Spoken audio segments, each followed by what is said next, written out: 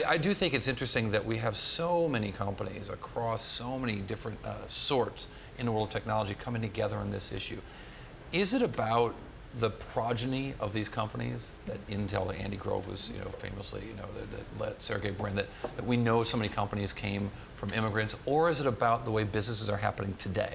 I think it's about both, quite frankly. I think if you look at the history of some of the most famous tech companies, we just saw it, and of course there is a lot to look to in terms of the data historically. But even today in Silicon Valley, over 58% of the highly skilled workers here, are immigrants. So when you step back and look at our labor pool, right, the source of innovation, it is sort of has been bred by openness and an open immigration policy that lets the best and brightest minds in the world flow easily into this country. And the notion of non-comprehensive immigration reform, that is, which has been a Republican argument, right, which is more H-1B visas, we'll keep the people crossing the Mexican border illegally out. Let's let the people we want in. Let's let the people, Donald Trump has spoken in Trumpian ways about the people that are going to do good things and make us money. Let's let them in. Let's keep the other ones out.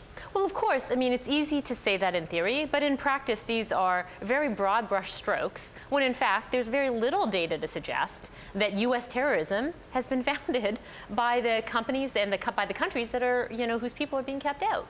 So I think if you were to say innovation comes from... You're taking the argument that the 9/11 bombers were from other countries, like Saudi Arabia. Right, but if you look at more recent terrorist acts, you can speak to people who've been actually born in the United States, right? And are homegrown terrorists. Right. So if you look at sort of solving terrorism on the one hand and a broad brush swath that says immigration, has to be stopped from these 7 countries, and by the way, innovation won't happen from anybody who comes from these 7 countries, I mean, it's fairly ludicrous to suggest that keeping these countries out will somehow keep America safe.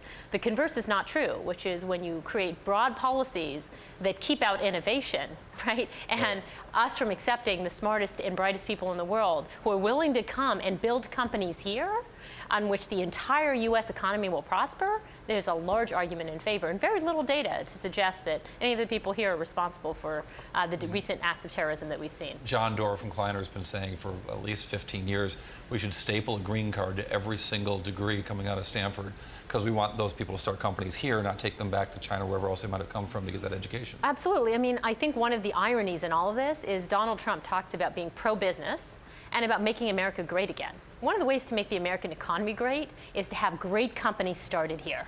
Not in India, not in China, not in Canada, but if you want to have a great and robust U.S. economy, it starts with fostering innovation here, and that includes having an open immigration policy. So let me ask you finally about H-1B visas. It's an important issue to Silicon Valley, has been touted as such, but in practice the H-1B visa program has been a little more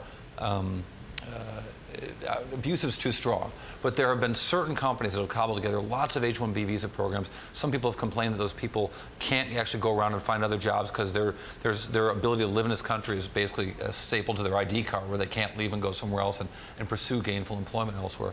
I wonder if you look at that as a program that's necessary or it needs reform. Well, I would say to you, the H-1B program is absolutely necessary, and I happen to be one of those immigrants who started my company based on the fact that I got here through an H-1B and converted through an EB-1, which is an extraordinary persons visa, and that allowed me to actually leave the company who bought me here and to go start my own company.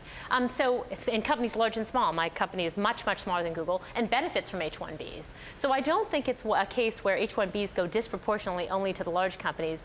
I mean, let's put it this way, it allows you to find a way here. Once you're here, your means to be gainfully employed at large or small company is really a function of your resume and your ability to transfer the H-1B.